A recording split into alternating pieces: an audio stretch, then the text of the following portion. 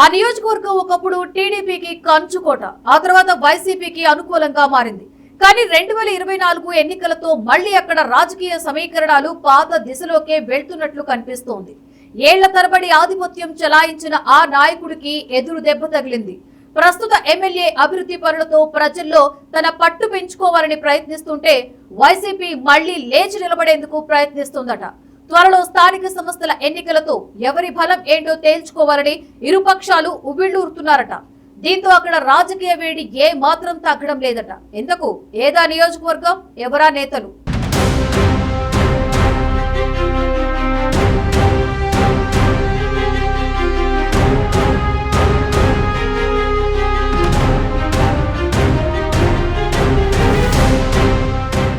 AP రాజకీయాలలో ఎప్పటికప్పుడు ఆసక్తి రేకెత్తించే నియోజకవర్గాలలో కృష్ణా జిల్లాలోని గుడివాడ ఒకటి. రాష్ట్ర రాజకీయ పరిణామాల్లో ఈ నియోజకవర్గానికి ఎప్పుడూ ప్రత్యేకమైన స్థానముంది. ఒకప్పుడు తెలుగుదేశం పార్టీకి కంచుకోటగా పేరు పొందిన ఈ ప్రాంతం తర్వాత కాలంలో వైసీపీకి బలమైన కేంద్రంగా మారింది. ముఖ్యంగా కొడాలి నాని రాజకీయాల్లోకి వచ్చిన తరువాత గుడివాడ రాజకీయ వాతావరణం పూర్తిగా మారిపోయింది. 2024 అసెంబ్లీ ఎన్నికలతో ఈ నియోజకవర్గ రాజకీయాలలో మరోసారి పెద్ద మార్పు చోటు చేసుకుంది. 2024 అసెంబ్లీ ఎన్నికల్లో గుడివాడలో జరిగిన పోటీ రాష్ట్ర వ్యాప్తంగా పెద్ద చర్చకు దారితీసింది. ఎన్నో సంవత్సరాలుగా గుడివాడ రాజకీయాలను ప్రభావితం చేసిన కొడాలి నానికి ఈసారి అనూహ్యంగా ఎదురు దెబ్బ తగిలింది. టీడీపీ తరఫున పోటీ చేసిన ఎన్ఆర్ఐ వెనికండ్ల రాము భారీ మెజారిటీతో విజయాన్ని సాధించారు. ఆయనకి మొత్తం 1,90,090 ఓట్లు రాగా ప్రత్యర్థి కొడాలి నానికి 56,940 ఓట్లు వచ్చాయి. దీంతో దాదాపుగా 53,040 ఓట్ల భారీ మెజారిటీతో వెనికండ్ల రాము విజయాన్ని సాధించారు. గుడివాడ రాజకీయ చరిత్రలో ఇది ఒక పెద్ద రికార్డు మెజారిటీగా చెప్పబడుతోంది. ఈ ఫలితం గుడివాడ రాజకీయాలలో కీలక మలుపు అయింది. ఎందుకంటే గత 2 దశాబ్దాలుగా ఈ నియోజకవర్గంలో కొడాలి నాని ప్రభావం చాలా బలంగా ఉండేది. ఆయన మొదట టీడీపీ నుండి ఎమ్మెల్యేగా గెలిచి రాజకీయాలలో గుర్తింపు పొందారు. తర్వాత వైసీపీలోకి వెళ్లి వరుసగా విజయాన్ని సాధిస్తూ గుడివాడలో తన పట్టును మరింత పెంచుకున్నారు. ముఖ్యంగా జగన్ నాయకత్వంలో ఆయన కీలక నేతగా ఎదిగారు. పార్టీ తరఫున ప్రత్యర్థులపై తీవ్రంగా మాట్లాడే నాయకుడిగా కూడా గుర్తింపు పొందారు. అయితే 2024 ఎన్నికల్లో వచ్చిన ఫలితం ఆయన రాజకీయ ప్రయాణంలో స్పీడ్ బ్రేకర్ అయింది.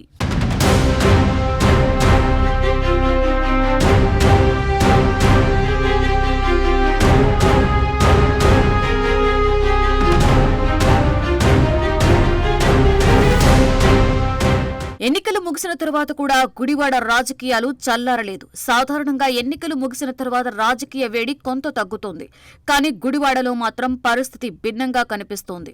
ఒకవైపు తెలుగుదేశం విజయోత్సాహంతో ముందుకు సాగుతుండగా మరోవైపు వైసీపీ తన పట్టు కోల్పోకుండా ఉండేందుకు క్షేత్రస్థాయిలో ప్రయత్నాలు కొనసాగిస్తోంది. కొత్తగా ఎమ్మెల్యేగా ఎన్నికైన వెనికండ్ల రాము గుడివాడలో అభివృద్ధిపై దృష్టి పెట్టేందుకు ప్రయత్నిస్తున్నారు.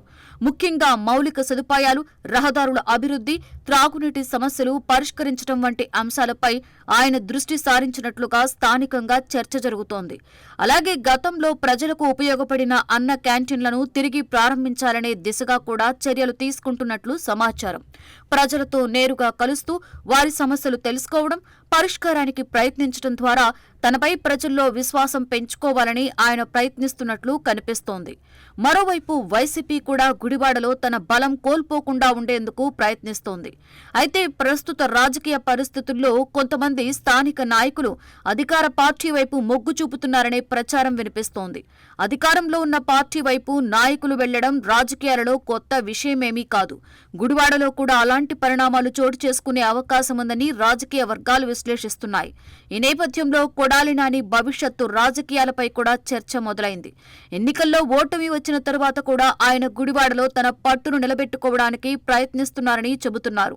ప్రజల్లో తిరుగుతూ కార్యకర్తలతో సమావేశాలు నిర్వహిస్తూ పార్టీ బలాన్ని నిలబెట్టేందుకు కృషి చేస్తున్నారని సమాచారం. అయితే రాబోయే ఎన్నికల నాటికి వైసీపీ కొత్త నాయకత్వాన్ని ముందుకు తీసుకురావాలనే ఆలోచన చేస్తుందనే ఊహాగానాలు కూడా రాజకీయ వర్గాలలో వినిపిస్తున్నాయి.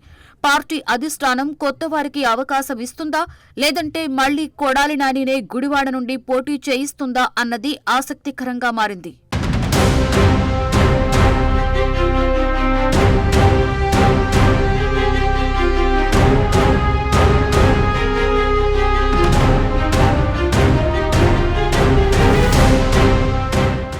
సమయంలో కూటమి ప్రభుత్వంపై ప్రజల్లో చర్చ జరుగుతోంది.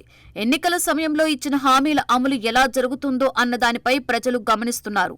అభివృద్ధి పనులు వేగంగా జరిగితే అధికార పార్టీకి మరింత బలం చేకూరే అవకాశం ఉంటుంది. అదే సమయంలో హామీల అమలు ఆలస్యమైతే ప్రతిపక్షాన్ని విమర్శించే అవకాశం కూడా లభిస్తోంది.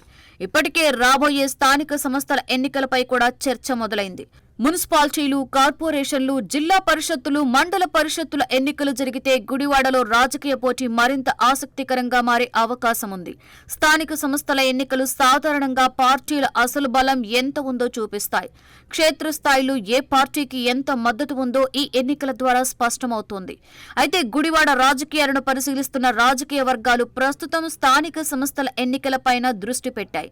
ఈ ఎన్నికల ఫలితాలు భవిష్యత్ అసెంబ్లీ ఎన్నికల దిశను కూడా ప్రభావితం చేసే అవకాశం ఉంది. ఒకవైపు అధికార పార్టీ అభివృద్ధి పనులతో ముందుకు సాగాలని చూస్తుంటే, మరోవైపు ప్రతిపక్షం ప్రజల్లో తన బలం పెంచుకునేందుకు ప్రయత్నిస్తోంది.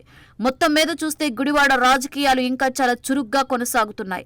2024 ఎన్నికల ఫలితం ఒక పెద్ద మార్పుకు నాంది పలికినా ఈ నియోజకవర్గ రాజకీయ పోరు ఇంకా ముగియలేదనే చెప్పాలి. రాబోయే రోజుల్లో రాజకీయ పరిణామాలు వేగంగా మారే అవకాశం ఉంది. అయితే గుడివాడ రాజకీయాలపై రాష్ట్ర రాజకీయ వర్గాల దృష్టి ఇప్పటికీ కొనసాగుతూనే ఉంది. రానున్న స్థానిక సంస్థల ఎన్నికలు ఈ ప్రాంత రాజకీయ భవిష్యత్తును ఏ దిశలోకి తీసుకువెళ్తాయో అన్నది ఇప్పుడు అందరూ ఆసక్తికరంగా ఎదురు చూస్తున్న అంశం.